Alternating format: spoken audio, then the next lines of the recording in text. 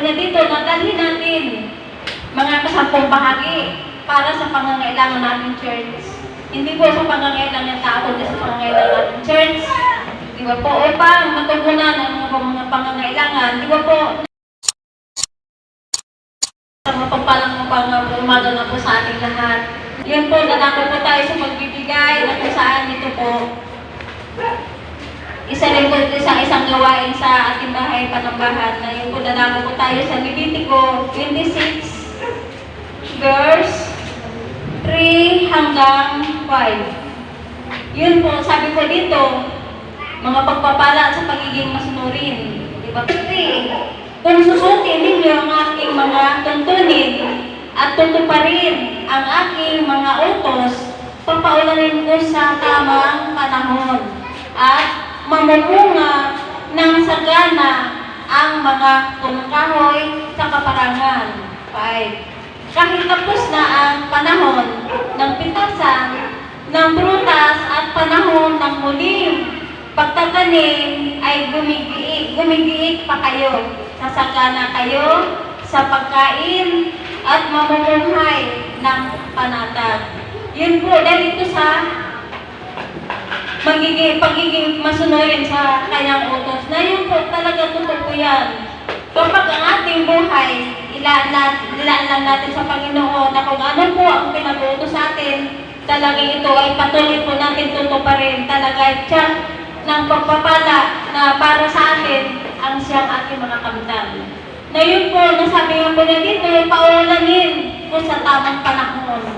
Diba po, na sa ating mga buhay talagang nakalaan po talaga ang mga pagpapala ng Panginoon para sa atin, na nakalaan talaga sa pagsunod natin. Base sa pagsunod natin, na talagang totoo po yan sa ating pagsunod pala ay nakalaan pala ang mga biyaya at mga blessing para sa atin na nanggagaling sa Panginoon. Kaya yun po, salamat sa Panginoon. Nasabi niya po dito, kahit, di ba po sabi niya po dito, kahit na tapos na ang pitasan ay naroon pa rin po ang mga pagpapala na hindi po talaga tayo pabayaan ng Panginoon na mawalan. Di ba po? Kasi ang Panginoon talaga, nakikita niya po kung paano tayo sumunod sa Kanya. Di ba po? Kaya yun sabi niya po sa kanyang salita na talagang hindi niya po tatapusin ang mga pagpapala na pinagkakaloon niya po sa atin. Sumunod lang po tayo lagi sa Panginoon. Na mahirap man po ito sundin, pero alam mo po, kailangan po natin magtagumpayan ang mga utos sa atin ng Panginoon. Mahirap man natin masunod, pero talagang binibigyan po natin ng kaluguran na ating Panginoon para masunod natin ang kanyang mga utos. Di ba po?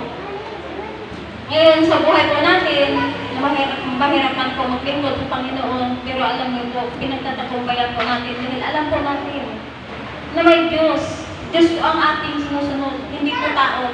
Kaya yun, alam mo po, sa pagsunod natin sa Panginoon, may nakalaan ang Panginoon para sa atin. Di ba po?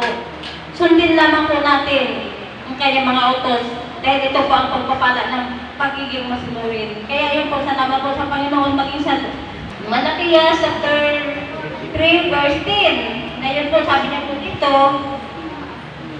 dalhin ninyo ng buong po ang inyong mga kasampung bahagi. Yun po, sinasabi na po niya dito na dalhin natin mga kasampung bahagi para sa pangangailangan natin church. Hindi po sa pangangailangan ng tao, kundi sa pangangailangan natin church. Di ba po? Upang matugunan ang mga pangangailangan. Di ba po? Na nandito na po sa kanyang salita na ang ating maihuhulog dyan, talagang katugunan po ito sa ating church ng mga pangangailangan bayarin, mga kuryente, mga tubig, ano man po ng mga bayarin, pangangailangan dyan.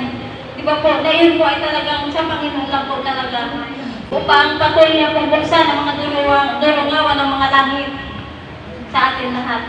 Mga pagpapala na yun po ay talagang ang Diyos po ang nagbibigay nito sa atin. Kaya yun, salamat po sa Panginoon sa kanyang utos na patuloy po natin susundin. Ikasampung bahagi lamang po ito dahil ito po ang ikasampung bahagi. Pagka ito ay inipot, talaga makakatulong po ito sa pangangailangan natin bahay ng panambahan. Diba po? Kaya yan, salamat po sa pagsalita ng ating Panginoon na nawa ito ay patuloy natin lalakaran ang kanyang mga tungtungin at sa kanyang kalooban, di ba po? Kaya yun, makipagbukas po kayo sa akin, sa ating mga pastora, di ba po?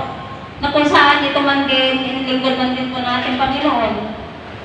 Makipagbukas po tayo sa unang Timoteo, chapter 5, verse 17. Ang mga matatandang pinuno na iglesia na mahusay, mamahala, na karapat-dapat tumanggap ng paggalang, kabayaran, lalo na ang masigasig sa pangangaral at pagtuturo ng salita ng Diyos. Ngayon po, walang iba kundi ang ating mga pastora. Na yun po talagang sa buhay po natin mga pastora na kailangan namin po natin bigyan ng pansin at halaga ang kanyang paglilingkod para sa atin na siya man din po ay siyang uno sa buong iglesia na to. Kaya yun, salamat po sa buhay po natin mga pastora na siya po ay dapat lamang po na bigyan ng halaga para sa atin at bigyan ng pagkalang dahil siya po ay ating tagapanguna. Yun po, salamat po sa Panginoon na yun po tayo po ay patuloy magbigay. Meron po dyan tayo sa Silvering, maging sa Lusalo, maging sa Labgit, maging sa Mission. Na ang mission, alam po sa mission, na kailangan din po natin yan dahil po yan ay nagagamit na kung saan po humayo ang ating mga kapatid, saan mo po pumunta, lalo na papuntang Mindanao, na ito po ay kailangan din po. Na yun po, kailangan din po natin magulong yan, maging sa Lusalo, na kailangan po natin malapit na po ang yung kalalakunan. Na yun po ay kailangan din po yan. Maraming salamat.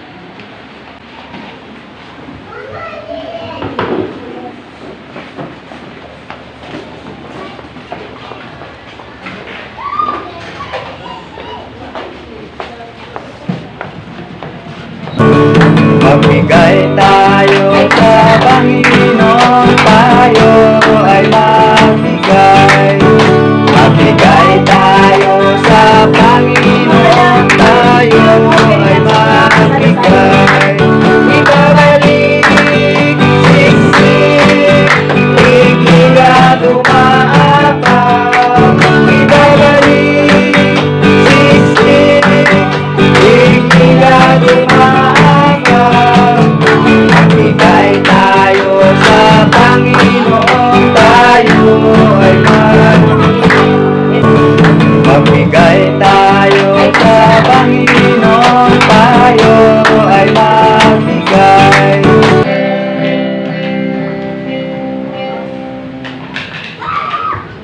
Okay na po ang lahat. Ipapatuloy po natin natin mga kamay. Amang Diyos ang magbanal sa palabat po Diyos, mga kapirang na po ang banal na patuloy po namin ito iniwan sa iyo Diyos. Patuloy mo po ito ang manal sa iyo ng mga kapangyarihan na lugo upang ito man din po ay patuloy magpalain at magamit sa tamang bayarin. Hindi sa salamat po Diyos sa pangalan ni Jesus at Maria Ama sa ito po namin binabalik na ako ng papuri pagsabahan. Magpasalamat pa kami